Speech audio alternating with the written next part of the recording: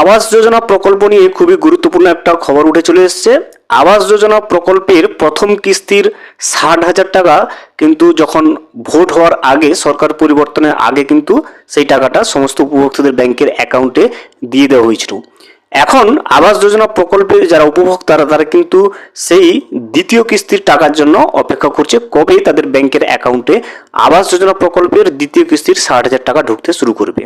সেই বিষয়টা নিয়ে কিন্তু রাজ্যের নতুন মুখ্যমন্ত্রী শুভেন্দু অধিকারী জানিয়ে দিয়েছে যে আবাস যোজনা প্রকল্পের যারা প্রথম কিস্তির 60,000 টাকা পেয়েছে তারা কবে দ্বিতীয় কিস্তির 60,000 টাকা পাবেন। এর সঙ্গে সঙ্গে জানিয়ে দিয়েছেন রাজ্যের নতুন মুখ্যমন্ত্রী শুভেন্দু অধিকারী যে আবাস যোজনা প্রকল্পের প্রথম কিস্তির টাকা পেলেও কিছু কিছু উপভোক্তা দ্বিতীয় কিস্তির টাকা পাবে না। ওই সমস্ত উপভোক্তা কারা যারা প্রথম কিস্তির টাকা পেয়েও দ্বিতীয় কিস্তির টাকা পাবে না, সর্বোপরি দ্বিতীয় কিস্তির 60,000 টাকা কবে থেকে উপভোক্তাদের ব্যাংকের অ্যাকাউন্টে ঢুকতে শুরু করবে সে বিষয়ে রাজ্যের নতুন মুখ্যমন্ত্রী শুভেন্দু অধিকারী কি জানিয়েছেন সেই বিষয়টা কিন্তু আমরা আজকের এই ভিডিওতে বিস্তারিতভাবে জেনে নেওয়ার চেষ্টা করব। Welcome to my YouTube channel.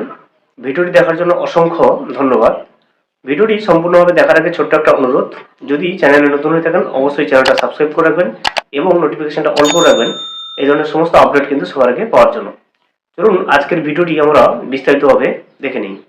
আবাস যোজনায় দ্রুত দ্বিতীয় কিস্তির টাকা মেটানোর নির্দেশ মুখ্যমন্ত্রীর। নবান্নের শীর্ষ আমলাদের নিয়ে রিভিউ বৈঠকে আবাস যোজনা নিয়ে কড়া বার্তা দিলেন মুখ্যমন্ত্রী শুভেন্দু অধিকারী। বৃহস্পতিবার রাজ্যের মুখ্য সচিব ও সমস্ত দপ্তরের সচিবদের নিয়ে এক গুরুত্বপূর্ণ প্রশাসনিক বৈঠক করেন তিনি, যাতে এই বৈঠকে বাংলার বাড়ি প্রকল্পের দ্বিতীয় কিস্তির টাকা দ্রুত ছাড়ার নির্দেশ দিয়েছেন মুখ্যমন্ত্রী।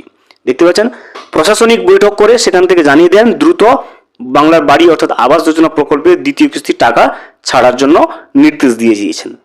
তবে অনুদান দেওয়ার ক্ষেত্রে যাতে সম্পূর্ণ স্বচ্ছতা বজায় থাকে সেই বিষয়টিও কিন্তু হুঁশিয়ারিও তিনি দিয়েছেন। প্রশাসন সূত্রের খবর, পূর্ববর্তী তৃণমূল সরকারের আমলে প্রায় 16 লক্ষ উপভোক্তা এই আবাস প্রকল্পের প্রথম কিস্তির টাকা পেয়েছিলেন। এবার তাদেরই দ্বিতীয় কিস্তির টাকা দ্রুত মিটিয়ে দেওয়ার জন্য পঞ্চায়েত দপ্তরকে নির্দেশ দিয়েছেন নবান্ন।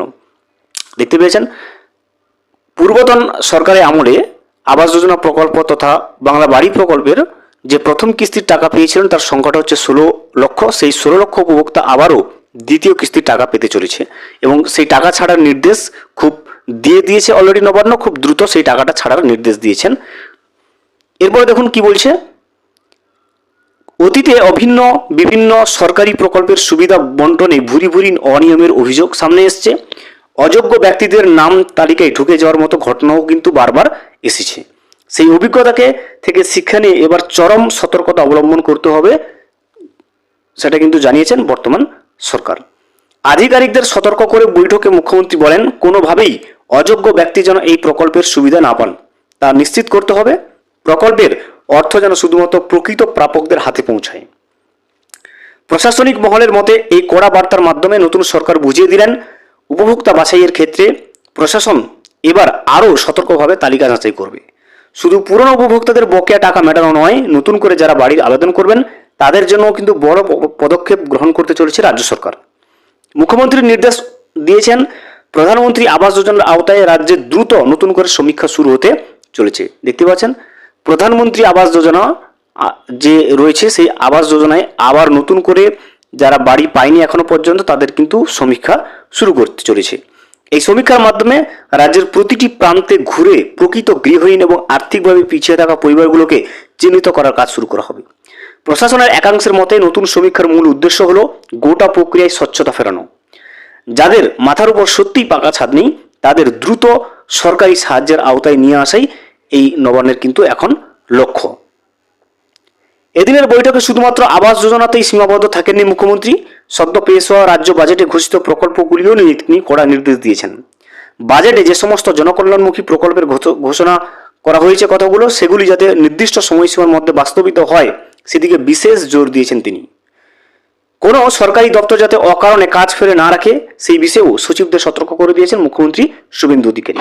তিনি বলেন, বাজেটে যে সমস্ত প্রকল্পের ঘোষণা করা হয়েছে সেগুলো নির্দিষ্ট সময়ের মধ্যে বাস্তবায়িতও করতে হবে। পাশাপাশি রাজ্যের কোষাগারের কথা মাথায় রেখে সরকারি খরচেও হ্রাস টানার বার্তা দিয়েছেন তিনি। সব দপ্তরকেই তিনি নির্দেশ দিয়েছেন একান্ত প্রয়োজন ছাড়া কোনোভাবেই অযথা অর্থ ব্যয় করা যাবে না। যেখানে যেটুকু খরচ প্রয়োজন কেবল সেটুকুই করতে হবে।